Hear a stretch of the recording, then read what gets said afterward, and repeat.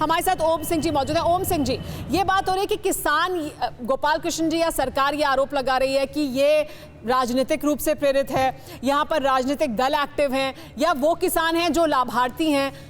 आपको क्या लगता है कि क्या किसानों से राय मशवरा किया जाना चाहिए था? ये किसानों के हित में है कानून या किसानों के हित में नहीं है?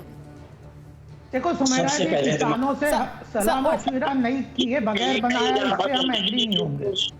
जी ओम जी, हमें किसानों के संगठनों ने ही रिकमेंडेशन किए तभी ये बनाया, हमें क्या जरूरत थी इनको मिलना नहीं की। ओम सिंह जी, आपको आवाज मिल रही? बोलिए ओम सिंह जी। सबसे पहले तो मैं आपके मीडिया का धन्यवाद करता हूँ तथा आज चर्चा में जो मेरे मित्र विराज हैं, मैं उन सबका हृदय की गहराई से नमस्ते और सत श्री अकाल कर रहा हूँ। योगेंद्र यादव जी हरियाणा के रेवाड़ी जिले के गांव के रहने वाले, अभय दुबे जी कांग्रेस के प्रवक्ता हैं।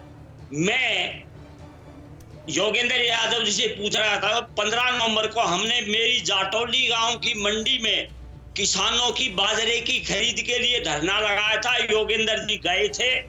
ये केवल मंडियों का दौरा करके इनसे पूछिएगा कि हरियाणा की मंडियों में बाजरा जो प्रमुख दक्षिण हरियाणा की फसल है वो 2150 रुपए न्यूनतम समर्थन मूल्य पर बिकी या नहीं बिकी। दूसरे अभय दुबे जी से मैं पूछना चाहता हूं, वो न्यूनतम समर्थन मूल्य की बात कर रहे हैं। राजस्थान में बाजरा 1100 से लेकर के 1400 रुपए प्रति क्विंटल बिक रहा है। उनकी सरकार न्यूनतम समर्थन बाजरा क्यों नहीं खरीदती? तो जो अपनी सरकारों से न्यूनतम समर्थन मूल्य की खरीद नहीं करवा सकते, ये जो दोहरा चरित्र है। अरे एक बात मैं और स्पष्ट कर दूं। लेकिन ओम जी जो जानकारी हमने भी अपने दर्शकों के सामने रखी, आप सीधे योगेंद्र यादव जी से सवाल पूछ रहे हैं इसलिए मैं उनको कहूंगी वो जवाब दें। लेकिन जो जानकारी हमने भी जुटाई, लॉकडाउन के दौरान किसान को एमएसपी नहीं मिला है, हरियाणा के किसान को भी नहीं मिला है। कहां हो रही है खरीद एमएसपी पर?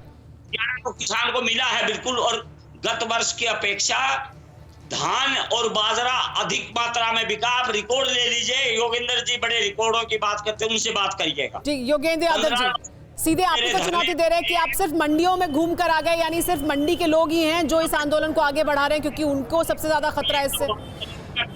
के किसानों से बात कर रहा हूं। बात कर लेते हैं, जवाब ले लेते हैं योगेंद्र यादव जी। और ये बार बार आरोप भी लगता है कि मंडी आड़ती वो तमाम लोग हैं जो ज्यादा प्रभावित हैं।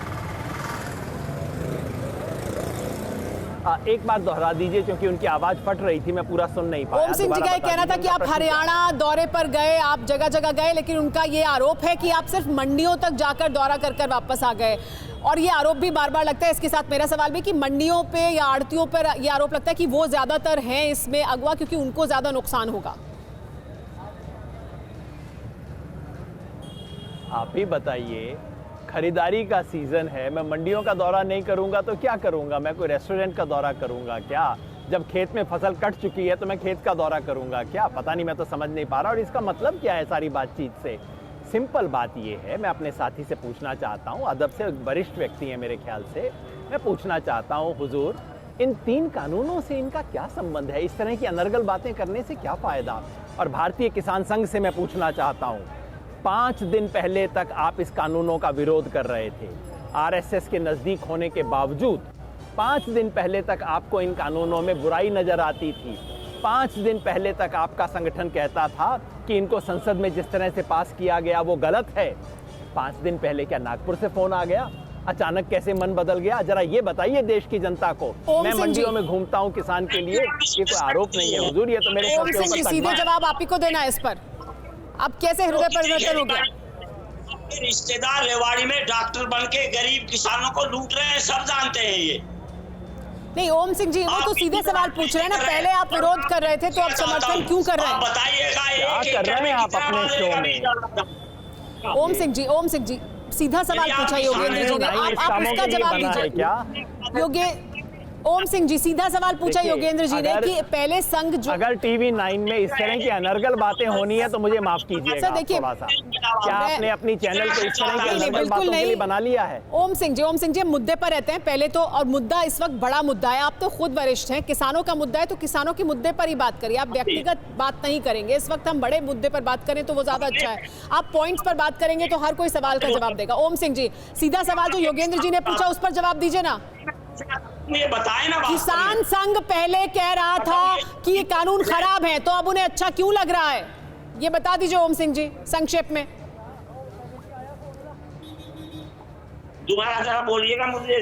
किसान संघ को पहले ये कानून समझ नहीं आया किसान के आपका हित में नहीं लग रहे थे, अब कैसे हित में लग रहे हैं? क्यों बदलाव हुआ?